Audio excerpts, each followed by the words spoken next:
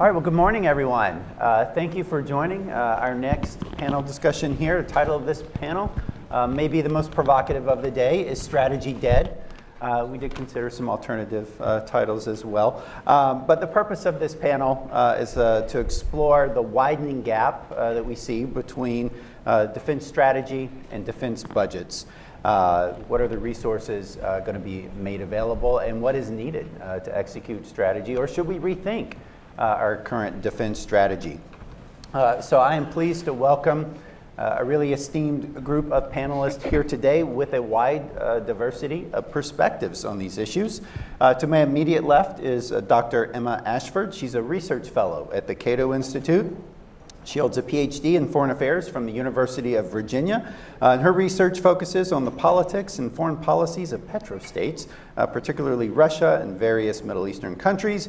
She also recently published a paper I could commend to you. It's entitled Our Foreign Policy Choices, Rethinking America's Global Role. We'll be touching on some of those issues today. Next to her is Ambassador Eric Edelman. He is a counselor at the Center for Strategic and Budgetary Assessments, former colleague of mine when I was there for about 6 years. He also was the former Undersecretary of Defense for Policy in the George W. Bush administration. Before that, he was Vice President Cheney's Principal Deputy Assistant for National Security Affairs.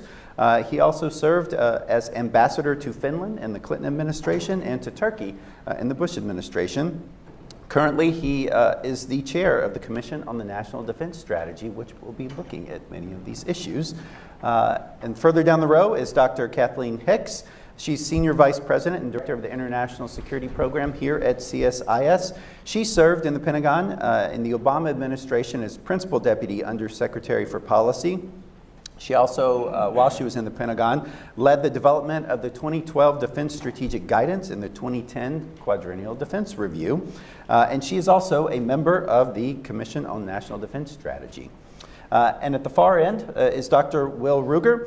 He's Vice President for Research and Policy at the Charles Koch Institute. He was previously an associate professor of political science at Texas State University and an adjunct assistant professor at the LBJ School of Public Affairs at the University of Texas, Austin. He is currently a lieutenant commander in the United States Navy Reserves and is a veteran of the war in Afghanistan.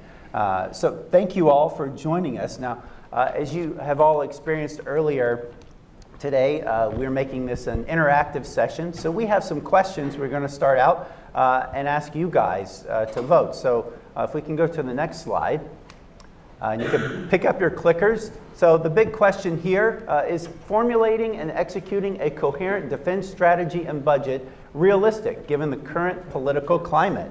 Press A for yes, B for no, C for unsure. And while you're voting, you can see I put this question out on Twitter over the weekend to see what people in the Twitterverse thought of this issue. So you can see the results there from Twitter. While you're also voting, I will point out to everyone the obvious that this is not a statistical sampling in any way. This does not reflect the views of the American people. What it does reflect, though, all your voting is going to reflect those of you who have chosen to come share this event with us today, what you think. And so if you all please cast your vote, we're going to close down the poll here in a minute. Okay, let's close the poll and let's look at the results. And so what are people in the audience saying here today? So similar to what we saw in Twitter. The majority of people are saying no, it's not realistic given the current political climate. So I want to turn to our panelists and ask each of you to comment on this. Do you think, Emma, I'll start with you. Do you think that it is realistic that we can come up with a strategy and a budget that work together, that are coherent, that we can execute, or are we just beyond that in the current political climate? I have to agree with the majority of the respondents here. I'm not convinced that in the current political climate, particularly in the current administration, it is feasible for us to have a strategic process that leads us to conclusions about what our budget should be that then allows us to actually match those up and make it work together. I think for that to happen, we'd need to have an administration that had a coherent vision of foreign policy. We clearly don't have that. We're due a national security strategy apparently before the end of the year, but the jury jury is entirely out of what it will say. It could go any one of a number of ways in the Trump administration. And then we'd need to have that administration have the political will, political capital on Capitol Hill to try and work with Congress to make the budget work. And again, that just all seems entirely unrealistic in the current climate. Okay. Now, Eric, save us, because if strategy is dead, we're all out of a job. Oh, not really. It just means that nobody can test anybody's strategic recommendations against reality. It's, Todd, since you mentioned the NDS Commission, I have to say that the OGC lawyers in OSD have instructed me to say, when introduced that way, that I'm speaking here in my personal capacity and not for the commission, on whom my colleague Kath Hicks sits. Good to get that legal advice. I'll know that. Yeah. Look, it's not possible right now, and it hasn't been possible for at least 6 years, if not longer.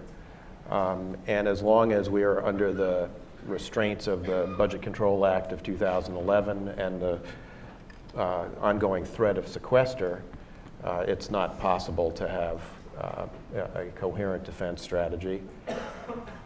I think that the reality is the last time the Pentagon had an opportunity to even come close to doing something that was not completely budget constrained was when Bob Gates submitted the FY12 budget and strategy. And it's been a long time. I actually worry that people are going to lose the ability to do this. And there's a grave danger, I think, that lurks here.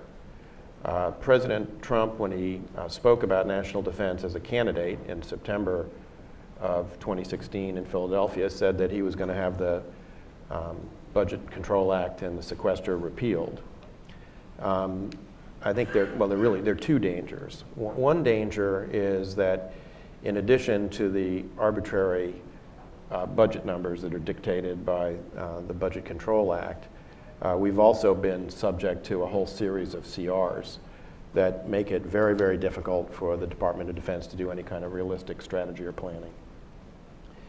But secondly, I think there is always going to be a temptation, in part because folks in our military are can-do folks who want to make things work, to basically say, we can continue to execute the traditional strategy that the United States has followed roughly since 1945 with the resources we have. And at some point we begin to lie to ourselves about our ability to do that.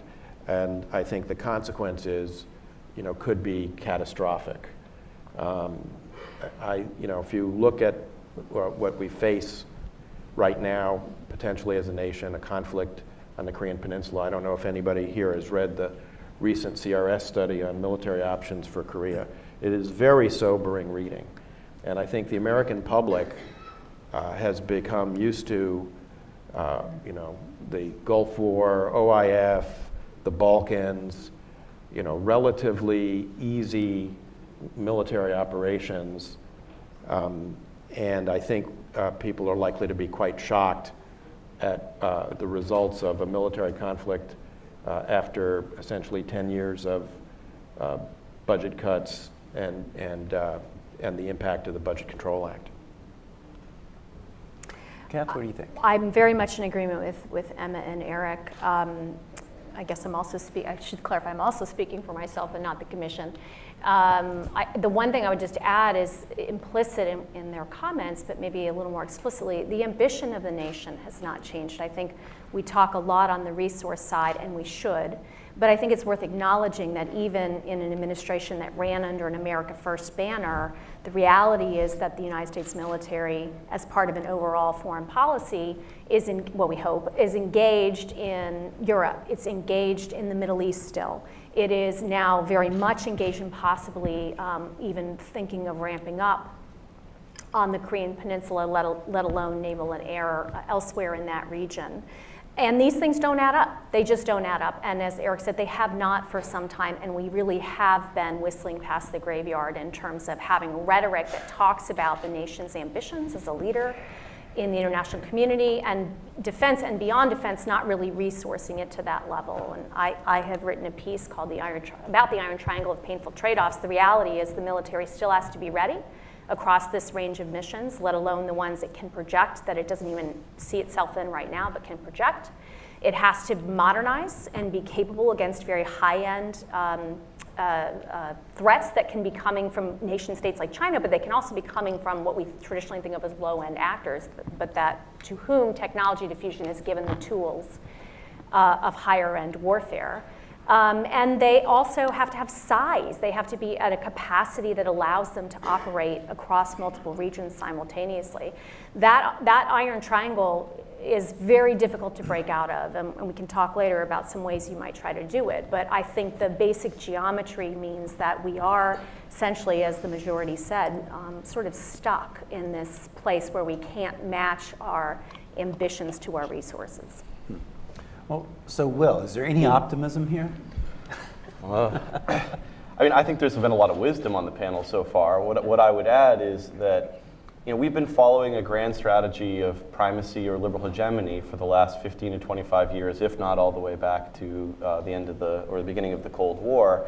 And I think now we have to really look carefully about whether this is the best approach to move forward, given the trade-offs that are necessary in the world we're facing today, particularly given our budgetary situation. When you have $20 trillion in debt, when you have other needs here at home, we have to start thinking seriously about maybe trading off some of those strategic goals that haven't been all that realistic anyway, in the sense of, are we really going to be able to remake a place like Afghanistan? Are we really going to remake the Middle East in general? Is it actually necessary for our safety? And if we're going to try to do those things, then we're going to really have a pinch in terms of the economics here at home. And the politics of this is very difficult, right? Because it's very difficult to say we're going to have more guns and less butter when there are other people who want to have more butter and less guns. And what you can get is you can get more guns, more butter, and more debt and deficits. And that's not a very healthy thing for our country's economic foundations, which is ultimately, if you're a realist like I am, that's ultimately the foundation of your military power. And that's why I think the former chairman of the Joint Chiefs of Staff, Mike Mullen, talked about how our financial issue is actually our biggest national security threat. I thought he was going to say terrorism or China or North Korea, but he talked about our debt and deficits. And so I think we have to take that seriously. Yeah, and I mean, I would point out that every major conflict our nation has ever fought in its history has been at least partially financed by borrowing. So anything we do that could impact our ability to borrow more money can ultimately be a threat to our national security. So I want to go on to our next slide here, and we have talked about here it is. We've talked about the difference, between DoD's plans, its strategy, what it's trying to do in the world, and of course the Budget Control Act. So as Ambassador Edelman mentioned, in 2011, Congress enacted the Budget Control Act. The budget caps you see there at the very bottom, the dashed line across the bottom, those are the budget caps that went into effect once a super committee gave up and didn't come up with a deficit reduction package. The top line you see there, the Obama PB-12 budget, that was the last budget request submitted by Secretary Gates when he was Secretary of Defense. That happened in the spring of 2011, so it was the last budget before the BCA was enacted. Of course, the difference between those two lines adds up to about $1 trillion over 10 years. Now, a lot of people, I think that the vast majority of Congress would say, oh no, we don't like the Budget Control Act, we certainly don't like sequestration as the enforcement mechanism, but yet we've not gotten rid of it in the 6 years since. It's been amended 3 times, but we haven't gotten rid of it. And throughout the Obama administration, you can see here the Obama PB-13 budget request line there in the middle, and the last budget request of the Obama administration, the PB-17 in the teal line, they all still exceeded the Budget Control Act budget caps. And of course, you see the Trump budget request there is getting back up to near the PB-13 level. And I did include here as well Senator McCain's request. I like to joke that Senator McCain is a 4th co-equal branch of government. He submitted his own budget request this year before the Trump administration did. And I put it on the chart here just as a reference point.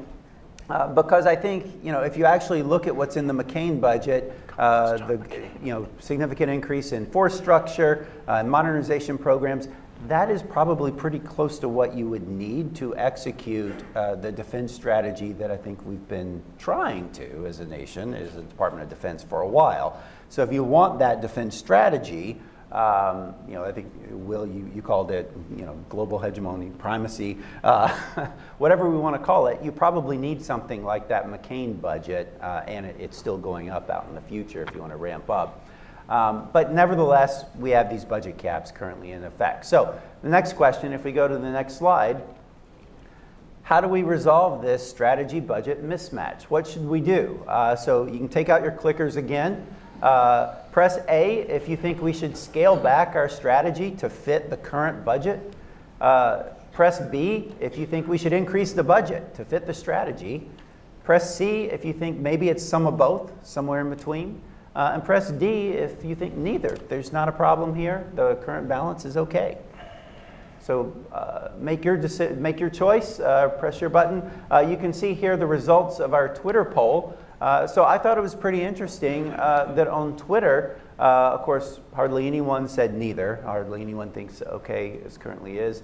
But also only 18% said increase the budget. The plurality said let's do some of both. Let's do some sort of a slight reduction in strategy, slight increase in the budget. And then 38% said, hey, let's just scale back the strategy and try to do less. So make your final selection, hit your button. We're going to close the poll now. And let's show the results. What did the audience say here? So actually kind of similar to what we saw on Twitter.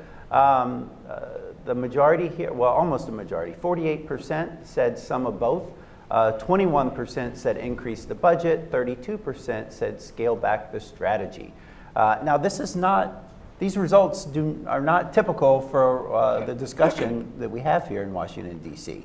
So I want to go down the line here and ask each of you to comment, what is your personal view on what we should do to resolve the strategy budget mismatch? And, what do you think of the results we see from the audience?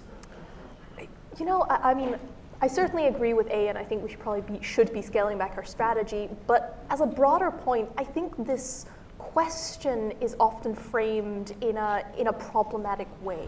I think you're right. The debate that we have here in Washington is basically about the budget and how do we meet DoD's budget needs? How do we help them do the things that they need to do? And we've seen this just in the last couple of weeks. We saw the incident with troops getting killed in Niger, which was followed by some discussion in the press and in Congress about, well, if they had the resources they needed, this wouldn't have been a problem. We need to scale up the resources there. The debate wasn't about should the troops have been there in the first place. The debate was, now they're there, and this is something we're doing, how do we up the budget to meet it? And so what I would like to see is not even just us scale back our strategy.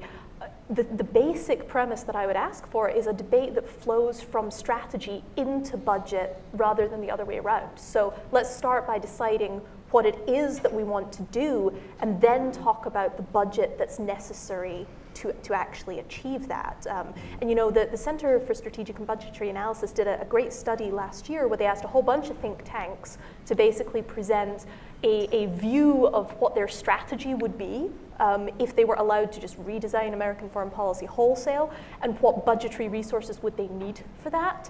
And I highly commend the study to you. The Cato Institute presented one view, but a bunch of other think tanks presented their own views, and the estimates vary by trillions of dollars across the different estimates, depending on how expansive you believe our strategy should be. And so some version of that writ large is a debate that we should really be having as a country. Mm-hmm. Ambassador Elliman, sure. But Todd is too modest to say this himself, so I will. But the study that Emma just referred to was based on the use of a very good budget, defense budget tool that Todd developed while he was with us at CSBA. So when you have the kind of mismatch that we've been discussing between the objectives of your strategy and the means you have to make them, you really have three choices. One is to retrench and scale back the objectives of the strategy. Let me come back to that in a minute. A second is to do what we've done in the past historically on occasion, which is to assume more risk. The United Kingdom, between the two wars, decided that it would operate on the basis of a budget rule, that so-called 10-year rule, that said we're not going to go to war anytime in the next 10 years, and therefore we can budget accordingly. That turned out to be, in the end of the day, pretty catastrophic assumption.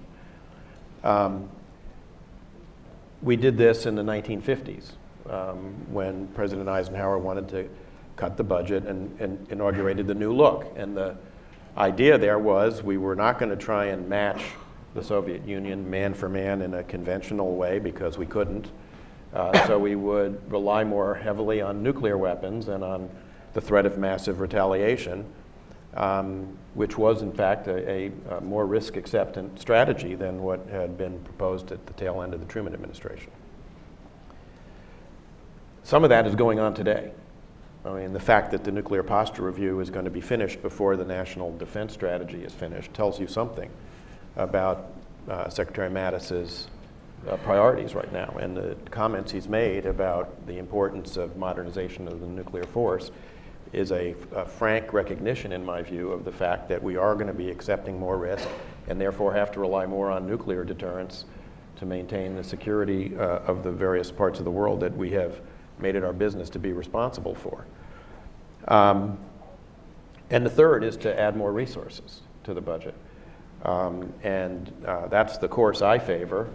I kind of like that McCain top line. I thought that looked pretty good.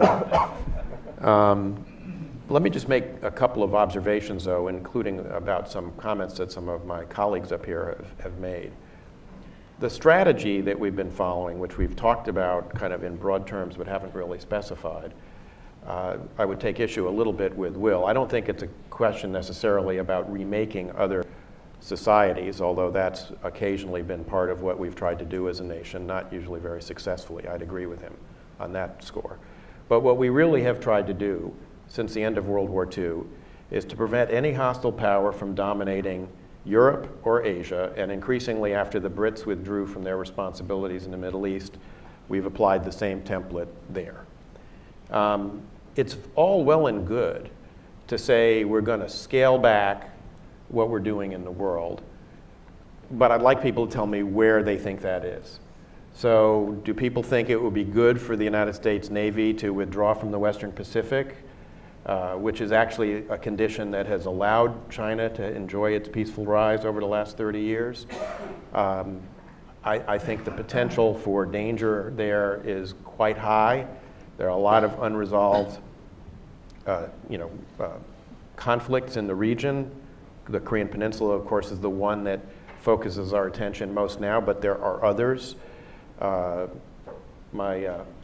friend Misha Auslin, formerly of AEI, now of Hoover, has written a very interesting book about the end of the Asian century. We tend to think about the rise of Asia, peace and wealth, but there is a lot of potential conflict in that region. And the retrocession of U.S. military presence there, I think, is likely to make it a more disordered rather than more ordered region.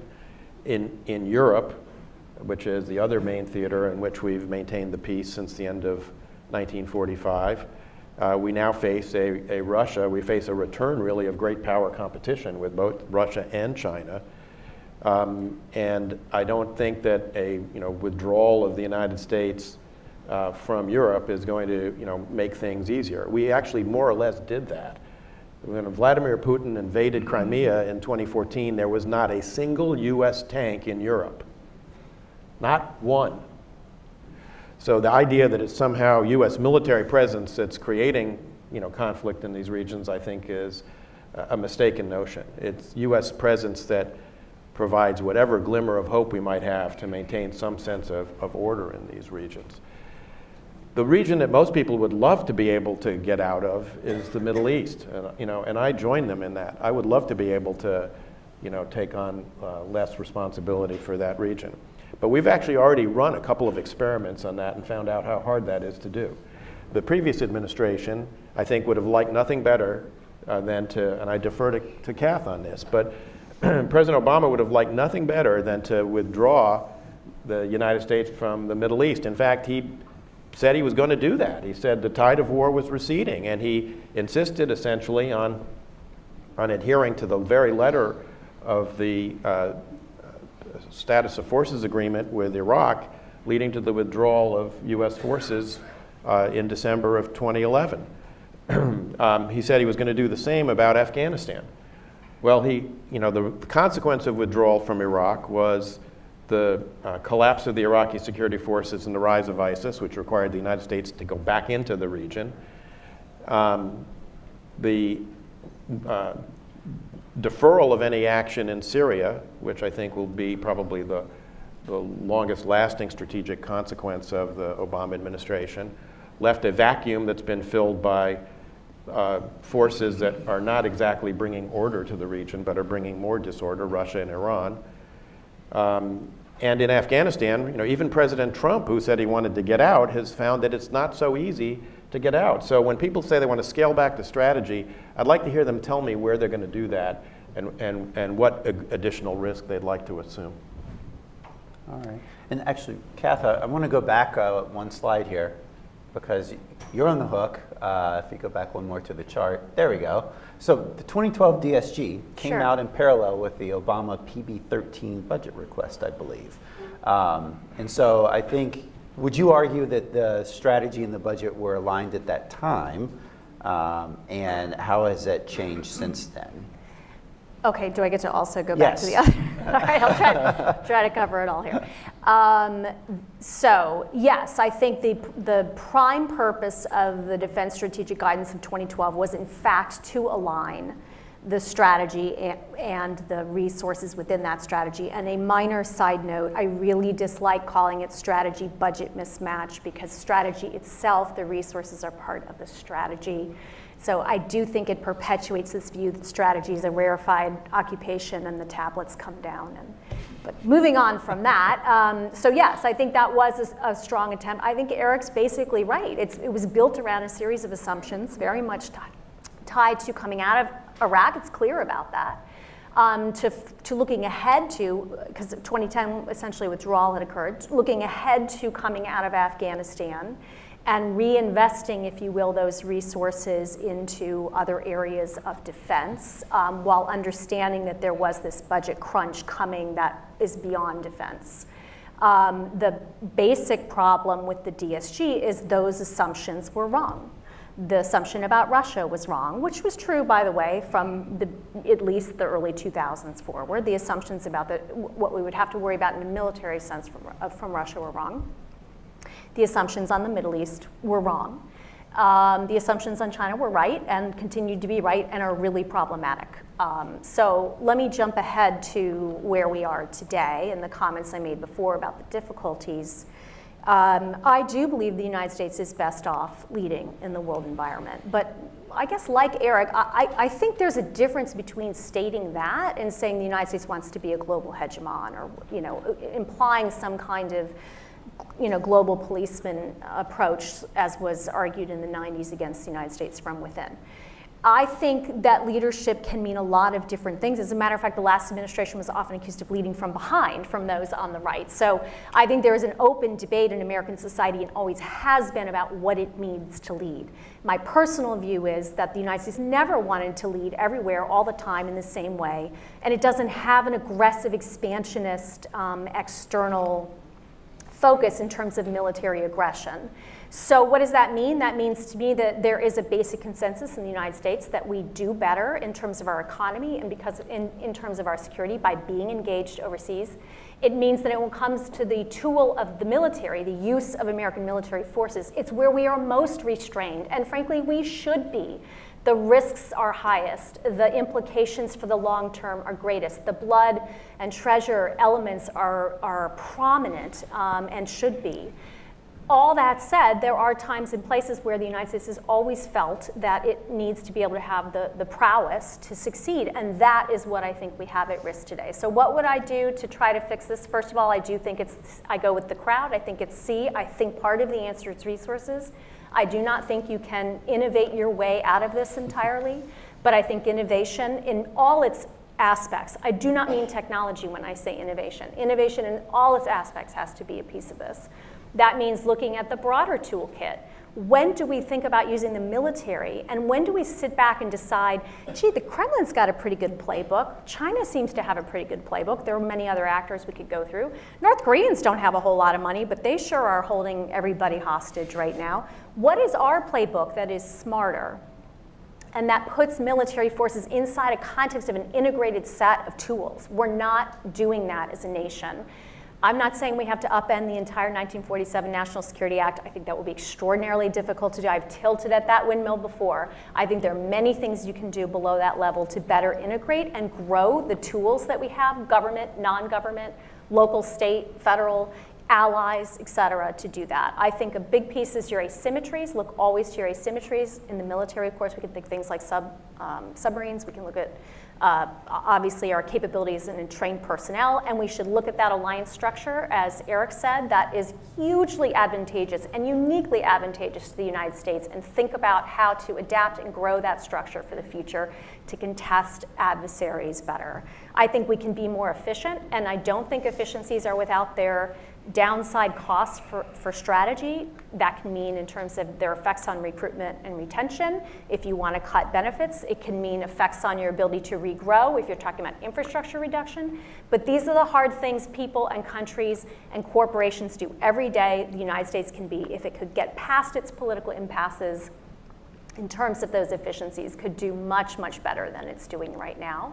And then finally, I think we have to think about innovation systematically. I think we have become so obsessed with going out to Silicon Valley and finding a unicorn to lasso and drag back here that's like the laser of the future or something, you know, in some sort of, you know, Dr. Evil sense, that we're going to solve all the world's problems with this tech that we find. Tech is a piece of the answer, but the Department of Defense has got to start institutionalizing in a very serious way the integrated functioning of its personnel, its operational concepts development, its experimentation budget, which was something we did in the 90s. It got totally sidelined for good reason because of the investment we had to put into actual battlefield operational experience, but that means whole portions of the spectrum of conflict we are not experimenting and exercising on in a serious way. And we've got to build over that valley of death from things that we experiment on and develop and work with the operators to deliver to the field.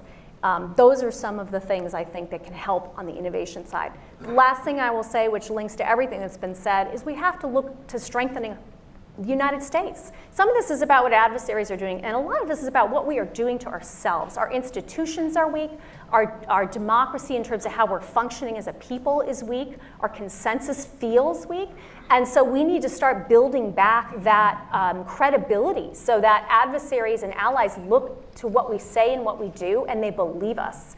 That's how deterrence works. That's how reassurance works. That's how conflicts are avoided. Not by spending all our time arguing with one another and putting out 15 different approaches to foreign policy at once and asking them to figure it out. So I think if we can get our house in order, innovate a bit more, spend a little more money, and get those ambitions about what it means to lead without assuming that means that we're going to be a global hegemon who invades everywhere, I think that gets you a long way to the solution. Okay. I'm not running for any office. Why not? But you voted for you. Okay, Will, your last up. What's your approach? Yeah, I mean, there's. I think this issue of leadership is an important one, maybe where I can start, which is I agree with Kath that one of the ways we can be a better leader in the world is through being an exemplar of trying to perfect liberalism and democracy here at home.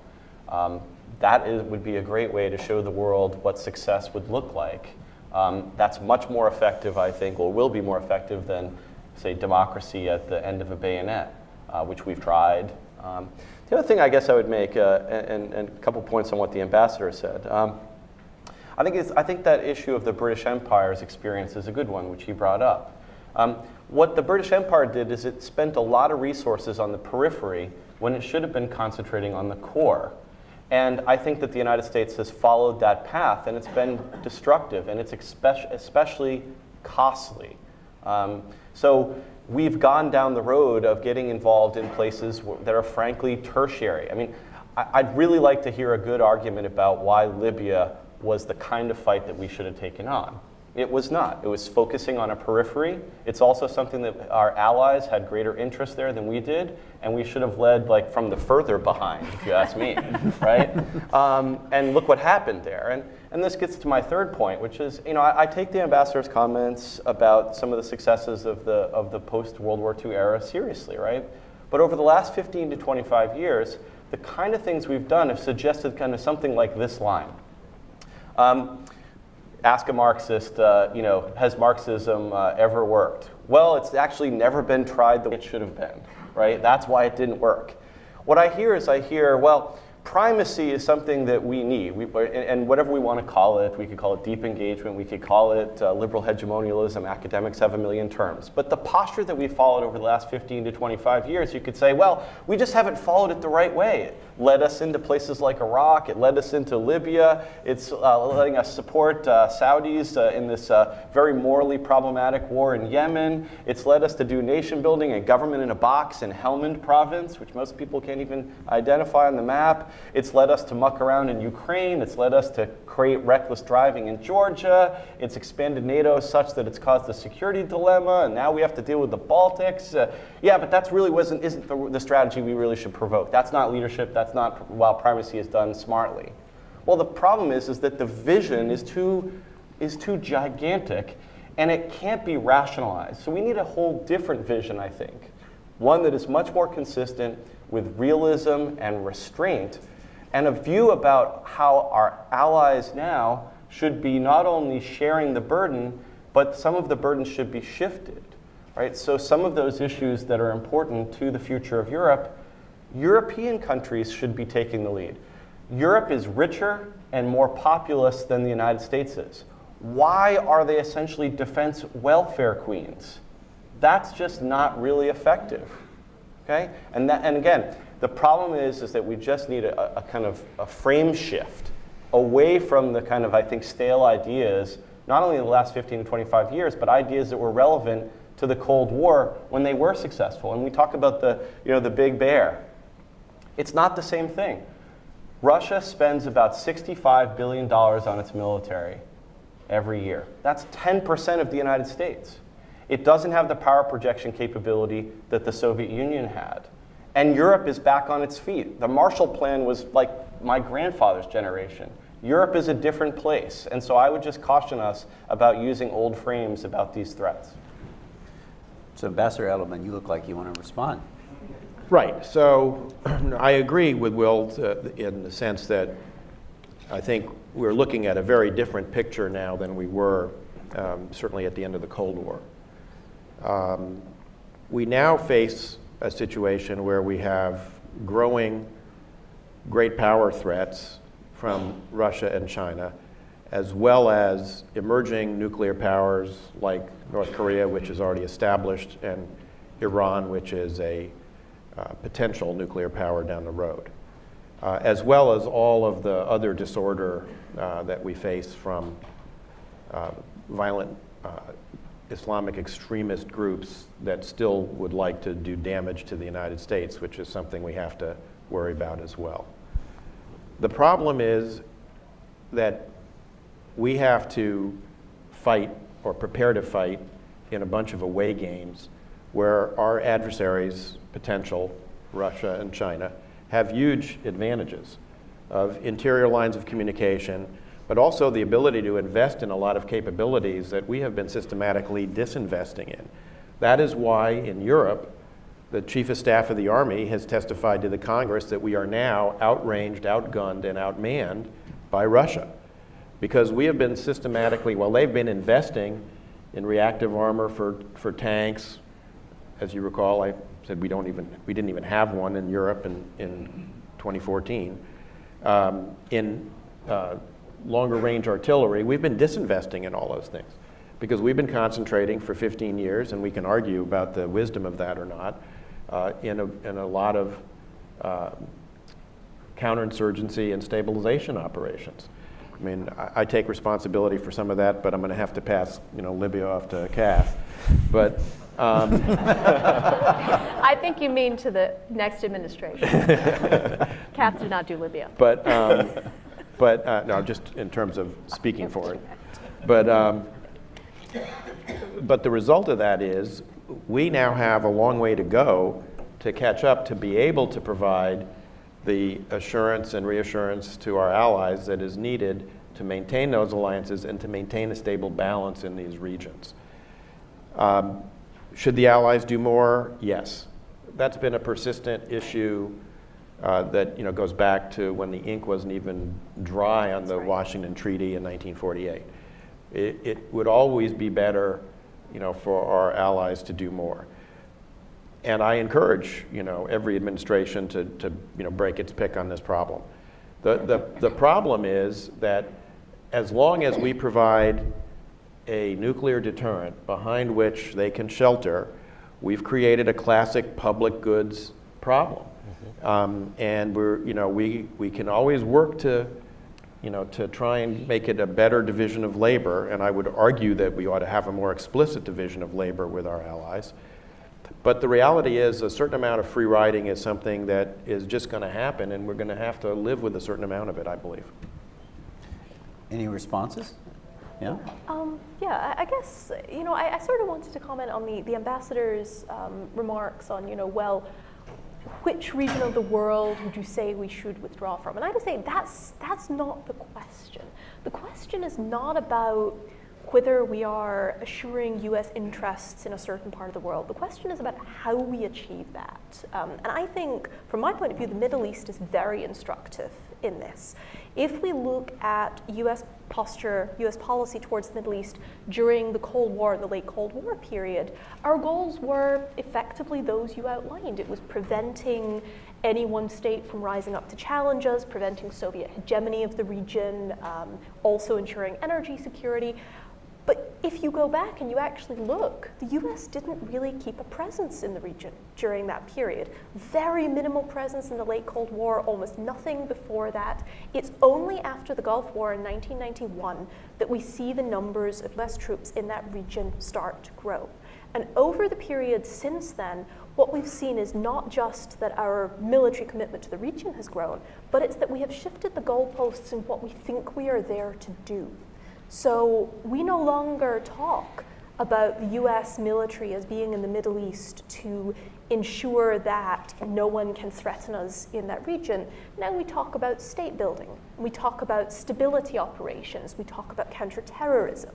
We talk about all of these different missions that are in effect shifting the goalposts from these sort of grand strategic questions of should we be asserting US interests in that region that have come down to should we be trying to shape the region. And I know that you're saying that we're really not trying to shape the region, but I think if we look at US policy in the last 10 to 15 years, it's really hard to draw that conclusion. And so I think we need to come down from grand strategy to the level of, well, how do we achieve those ends as well before we can start talking about the budget? And if we're worried about a rising peer competitor, the question is, what's the best way to deal with that? And if NATO is the best way to deal with a rising Russia, if that's what we want to agree it is, there still remains the question of Georgia and Ukraine. They are not part of the NATO alliance. If we believe the NATO alliance is sufficient to deal with this issue, then we should think seriously about taking some commitments off the board. So not expanding NATO any further.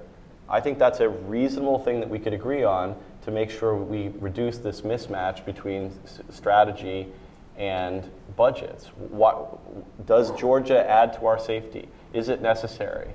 Should we be arming Ukraine and sinking into that morass? When we won the Cold War, with Ukraine and Georgia being part of the Soviet Union. So I think that if we went back to our kind of core interests, and I think this argument about preventing Eurasian hegemons is an important one, are those countries necessary to be part of a coalition to prevent a Eurasian hegemon? And I think every scholar in American history until recently has said no. Well, to Eric's question before, a lot of people would agree that we want our NATO allies to do more for their own defense, as you had said. How do we get them to do more? Administration after administration has tried this. I think it was Secretary Rumsfeld who referred to old Europe. We've castigated them. We've tried a lot of things. Germany is still at, about 1% of GDP spending on defense. What do we need to do to get Europeans to do more for themselves? I mean, the ambassador hits on the great point about from social science. There's a public goods problem. And so I guess another thing to ask, though, is that maybe our European allies don't see as many threats in the world as we do, and that's why they are restraining some of their defense spending, particularly if they think that we might flake, which is what some people worried about with the rise of Trump, at least in part of his messaging during the campaign. So then maybe they're being more realistic than we are, although you could say, well, that's because they have the umbrella. But that does go back to Eisenhower, which I think was also another important point. I think Eisenhower tried to rationalize our Cold War approach so that we weren't blowing out the budgets. And you see that in his farewell address, where he is worried about some of the domestic ramifications of the rise of the Pentagon and the budgetary ramifications. And he said, let's have a new look, a new approach to this, where we can be a little bit more frugal and still maintain the same ends, or meet the same ends. And I think that would be wise today to say, maybe we need to find ways to limit our commitments, find ways to get smart on budgeting. So for example, with nuclear modernization, do we need all 3 legs of the triad, and do we need to modernize all of them? Maybe there's a new look approach to that might be just as effective at deterring potential threats, but not as costly. And that way we could use it for other things that might be also important. Because again, smart people as well, folks on the panel are all in this category, understand that trade-offs do need to be made. I mean, even John McCain is making a trade-off up there. I don't know what he's trading off, but there's something. Todd, there is this, vogue of the Ike age, and recurrence back to President Eisenhower. I do like to point out, however, that the new look and massive retaliation, which are the pieces of Eisenhower's strategy that are most frequently adduced in these arguments, is only a part of what Ike did. The other part was a very major ramp up of U.S. covert action, which led to the reinstitution of the Shah's regime in Iran, the overthrow of the Arbenz regime in Guatemala, and then ultimately the planning that led to the Bay of Pigs in Cuba. So it was not just sort of cutting the defense budget and relying on nuclear strategy. It was using other tools, which may or may not have been appropriate at different points in time, but have also become a little bit more difficult for the United States to use in the current environment. And I just think it's important to point that out. There's been a lot here, so I'll just touch on a couple of things. I do think a key way to think about this is risk. We have, just to take the Middle East piece, but then you can think of it more generally, we have tried kind of every approach, get everything out, put things in, back dictatorships, back populist movements. There's no easy strategy. This is not easy. There's no way to predict exactly how something's going to go when you make the first entry. And I do think it's important to think about strategy as ever adapting, ever evolving. And we are going to get some things wrong. The question is, where is the preponderance of risk? The example you gave of Georgia and Ukraine, I would say just using that example rests on a theory of deterrence or of the security dilemma that should be explicit. I personally don't believe that would be, that us abandoning, if you will, non-NATO partner states completely is a way to signal that Russia does not have to feel a security dilemma throughout its area, and thus would not undertake aggressive action. In point of fact, I think everything we know about Russia, at least that I know about Russia, would point the other direction. That is not to say that Ukraine and Georgia are NATO members or that we have ever treated them as though they are NATO, allies. And I think that's appropriate. But I think, again, as you look at each of these regions or any of the contexts in which you're operating, everyone on this panel, myself included, is coming to the table with a set of assumptions about how the systems work, what motivates the countries, what deters the countries. And that's why it's not straight up easy, be in, be out. And I just want to end on the point about allies and the free rider. The United States gets a heck of a lot out of these free riding alliances. We get a lot of decision flexibility in the UN. in NATO, I don't usually like to highlight this around allies, but they all know it, right? We do invest the most. Others should be investing more than they do. Some are. But the United States also benefits tremendously from leading those. And so again, there is a complex cost-benefit risk assessment to be done about when is it useful to have a little more on the table because you want to drive the decision, because you think your interests are greatly engaged. And when is it not as important to you, and it's more important to get a little more of that debt reduction for the United States by getting others to invest. This is why it's complicated, and this is why I think the U.S. leading is really where we want to get people focused, and then agree that we don't want them leading by taking over nations throughout the world. Then the rest is left, if you will, to figure out the right and the wrong and adapt as we go. All right, I want to go to some questions from the audience. So we have some microphones, I think, somewhere in the back. So let's go here in the front. Thank you. I get to ask the first question again. Augustus Alzona, a longtime student of both Philippine and American history. I am been a longtime American citizen, but I'm a native of the Philippines. The question is this, what do the panel, those of you on the panel who feel maybe qualified to comment on this, just gunboat diplomacy versus sanctions, the effectiveness of that going forward, and also I sort of see this somewhat what's happening to the United States and the West as kind of more like the Roman Empire in a sense. You have a Praetorian Guard protecting what's left of our republic versus, and then you have troops over there and all over the world, which is necessary or not depending on where you are. So that's the question. Any comments from the panel? Well, I'd just say I think economic tools, to include sanctions, are a very valuable part of how we should be thinking about how we can shape decision calculuses. It's both, when we think about the economic tools, it's not just the sticks, which is the sanctions, which is important. It's also the carrots, and it's the, if you will, the ability to create targeted approaches that are as specific as possible to the kinds of outcomes you're trying to create.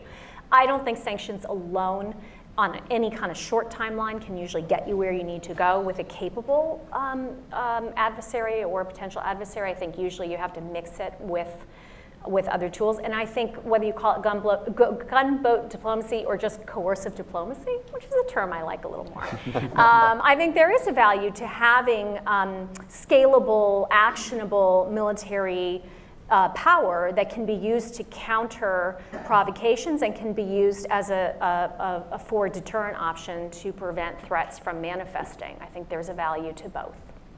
Emma? Yeah, there are problems with basically all the tools of U.S. foreign policy. Sometimes they work, sometimes they don't. And sanctions, I think, are one of the great examples where they have worked spectacularly well in some cases, spectacularly badly in others.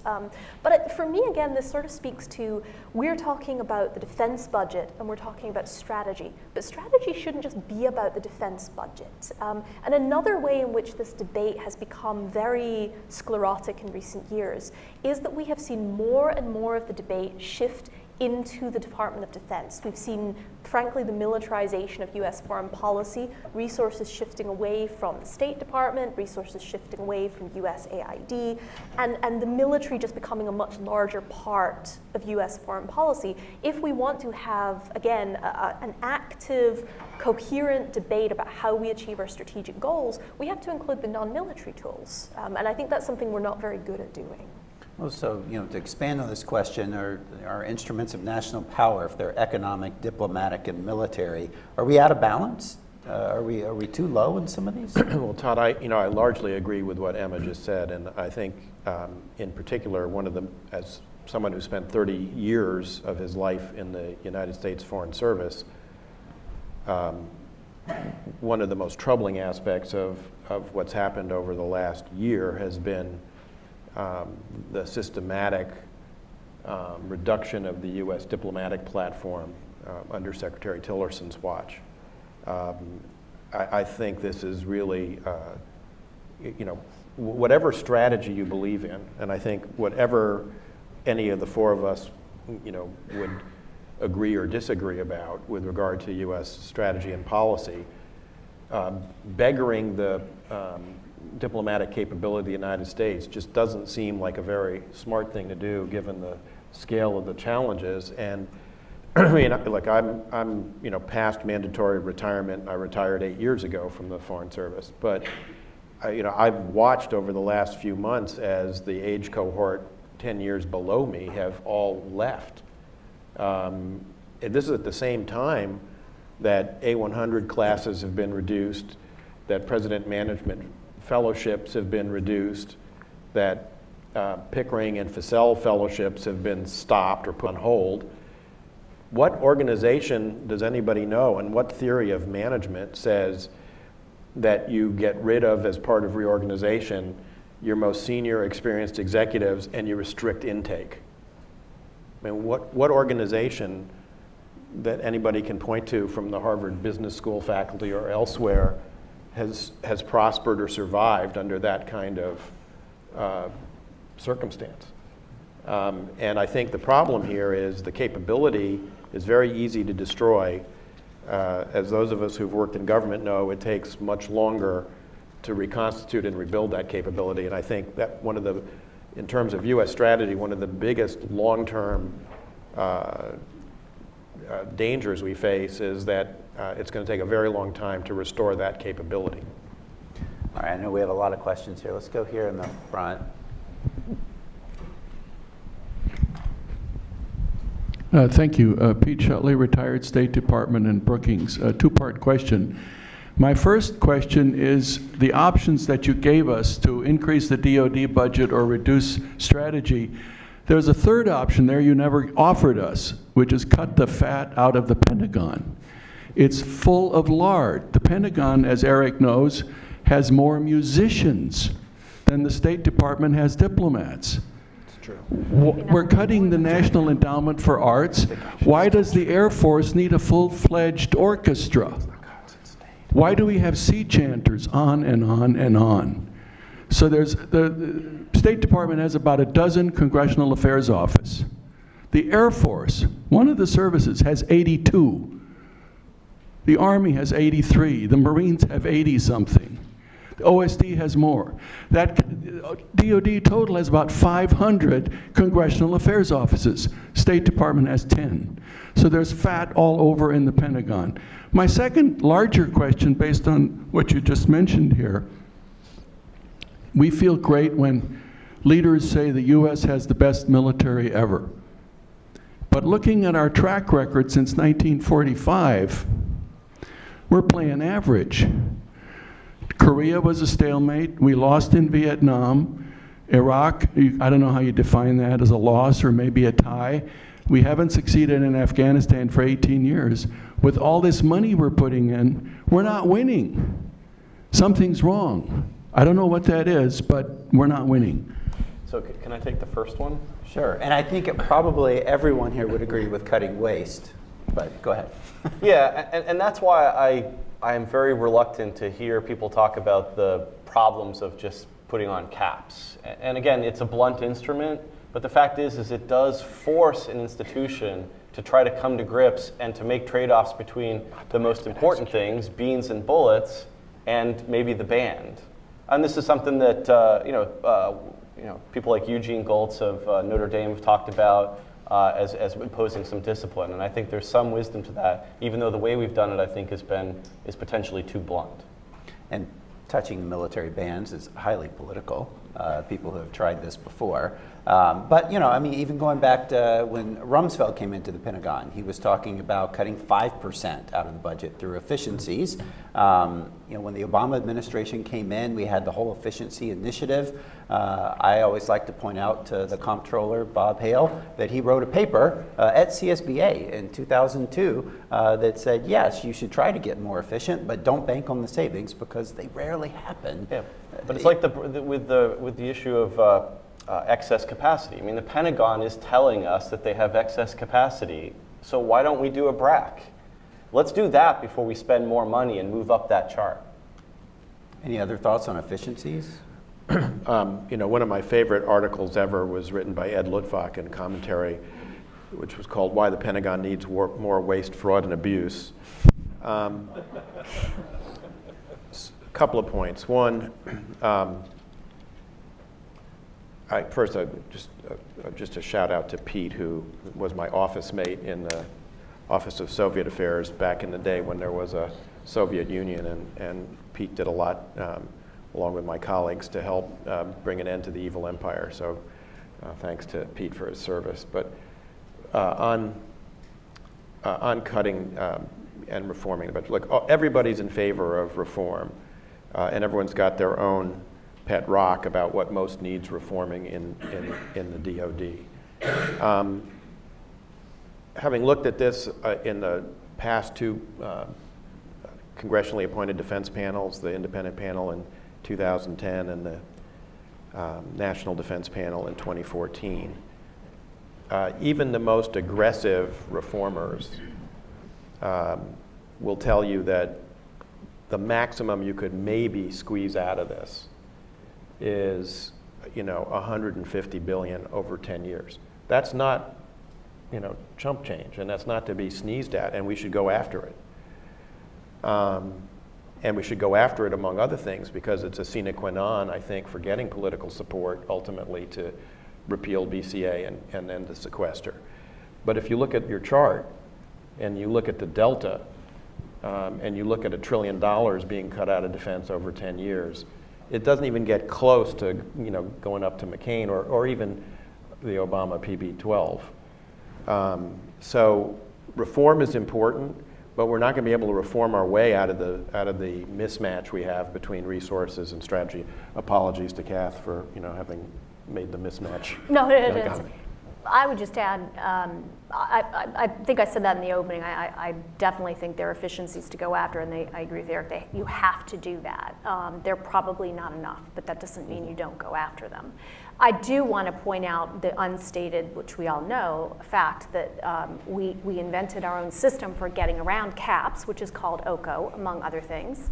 And never underestimate the ability of the political cast of the United States to figure out more politically easy ways around things that we think are sort of foolproof tactics. So I think the caps really did much more harm than probably those who might have supported them thought they would, because they both hurt our ability to invest and be strategic and be long-term. And to Eric's point, we kept having CRs on top of that. And they also still didn't avoid the political problem of creating more funds, and this with less oversight, less scrutiny, less hearings, whatever you want to call it, over how we spend that money. So it's a perfect lose-lose situation that we've created. More money than the people who supported the caps want, easier political outcome for all the actors in Washington, and no ability to plan to meet the end goals that the department has for DoD. And I think that's where we sit right now. I don't know how to change that. And I am reminded of the quote from former Congressman Barney Franks. He used to say that the fat and the waste in the defense budget, it's not like fat around the edge of a piece of meat that you can trim off. The fat is marbled into the meat. It's very hard to go after it. But nevertheless, you should try. Cook the meat. Maybe it'll melt out. Okay, I want to go here in the very back. Question? Well, in meetings like this, I'm with the United States of Africa 2017 Project Task Force. I usually don't have a question, I have an observation to make. When you're talking about the American leadership in the world since after the war, I want to ask you, look at the people in this room and you're all there. Did you get the rest of the people in the world who do not look like you in a plebiscite or referendum to say, they want the United States and Europe to lead them? That's what you have to think about when you're talking about American global leadership. The rest of the people who look like me in the world, who are the majority, are not interested in your leadership. Thank you. Can I jump in? Sure.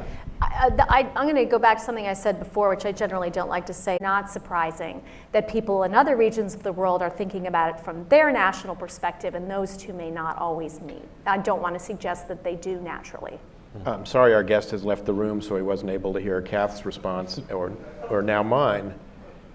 But, say what you will about, the global order that the United States helped with its allies create after 1945. It has lifted more than 2 billion people out of absolute poverty, and it has led to the greatest period of prosperity known in the history of the world. And without the security architecture that was put together by the United States and its allies between 1947 and 1951, I don't think we can reasonably believe that any of that would have happened. One thing I would add is the best way I think we can interact with diverse peoples around the world actually has nothing to do with this. It actually has to do with making sure that we continue to liberalize trade around the world and that we do not flake on the best thing that was created as part of the post-war era, which was the global trading system that has become more liberal and more liberal over time. And one of my supreme worries about rhetoric in town, not just on one side, right? Because both candidates in the last election were not talking about liberalizing free trade. But my worry is that we will go back on this. And I think that would be hugely destructive of well-being for us and well-being for people around the world. And that's a much better way for us to signal to the world what we care about. Positive-sum games and making the world a better place. Okay, we have time for one last question. I know there's too many.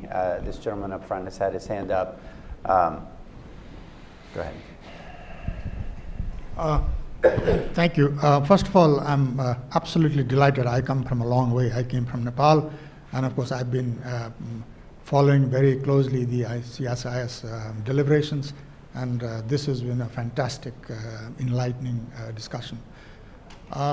I was in the other panel on the trade before, and of course the same idea came up in terms of what would a trade war do. And now, of course, we're talking about this idea of matching U.S. Strategy and strategic ambitions and strategic agendas, objectives to resources. In all of this, for instance, does the strengthening and making institutions like the UN more effective fit into this strategy, in the sense that many of the problems that we see today is partly because the UN has not been able to, function effectively on some of the objectives that were created by its founding fathers in the new world. So I'd like to hear the views of the panel, please. Thank you. Role of the UN?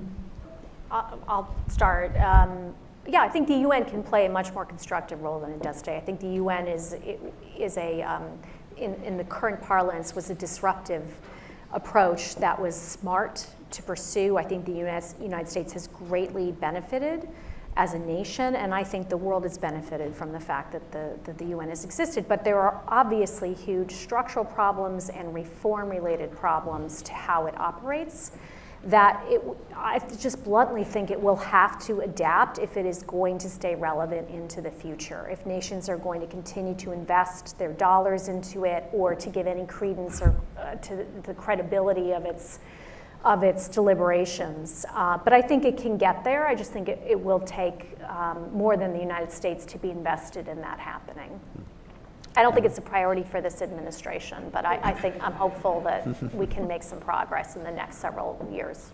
Emma, you had something? Yeah, I just want to pick up on this question of trade again, because I think this goes right back to that question that we had at the start about, what is feasible in this political environment. And I do feel that this is the central tension in the way that the Trump administration is approaching foreign policy.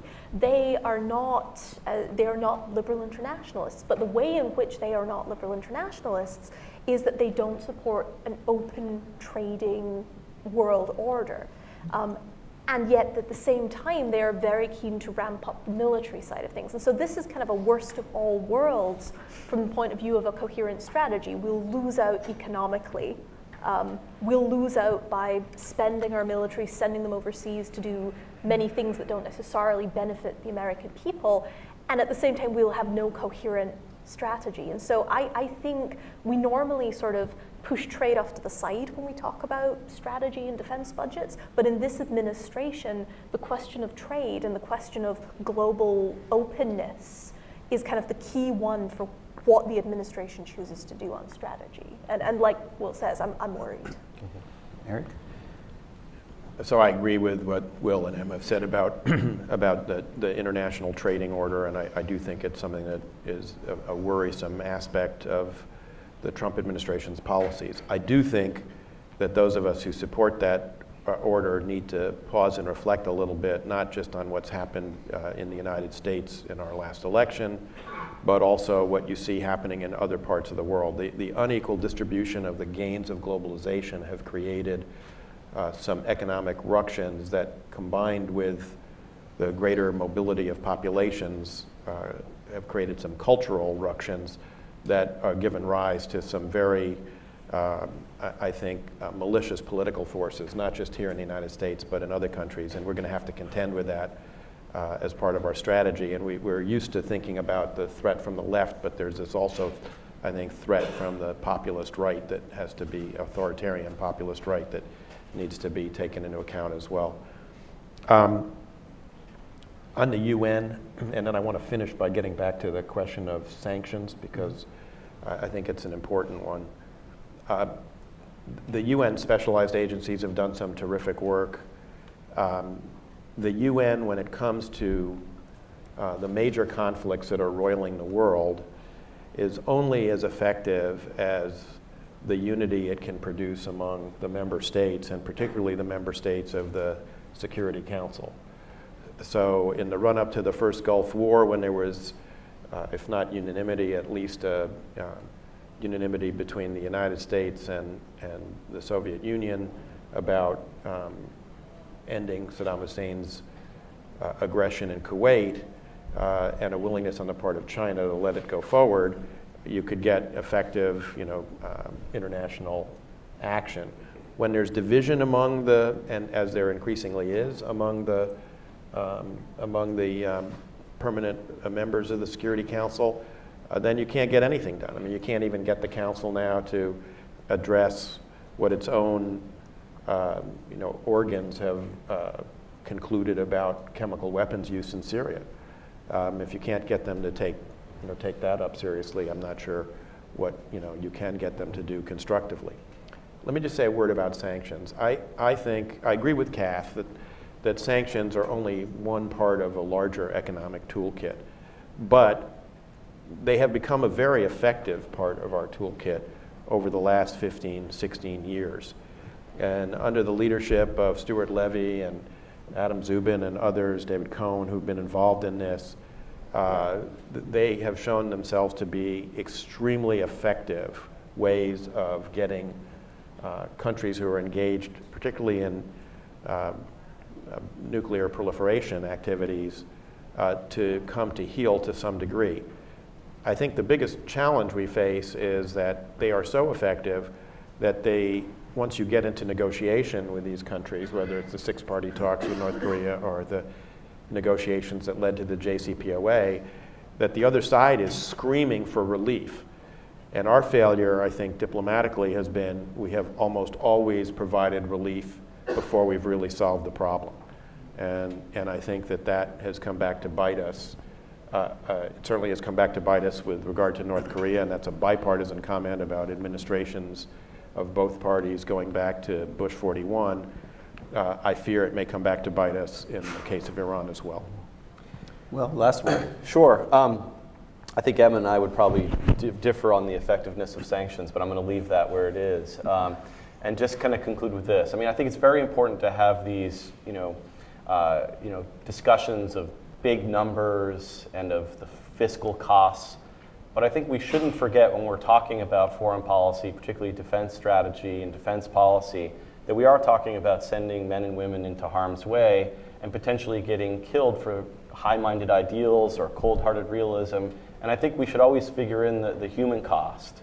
And that's why I take so seriously this notion that what we're doing in many places hasn't been working, and getting away necessarily from simply the kind of the brass tacks and thinking about the 4,000 dead in Iraq, the thousands dead in Afghanistan, the people we've hurt in Iraq, in Yemen, in Libya, and I think that needs to be part of a broad discussion that talks about budgets, strategies, and that human element, particularly given we have a voluntary force that has had to bear this burden. All right, well, that'll be the last word. Before we adjourn, I just want to let everyone know that we have lunch waiting for you out behind you here on the second floor. And at least we know from this panel that strategic thinking is not dead. So please join me in thanking the panelists.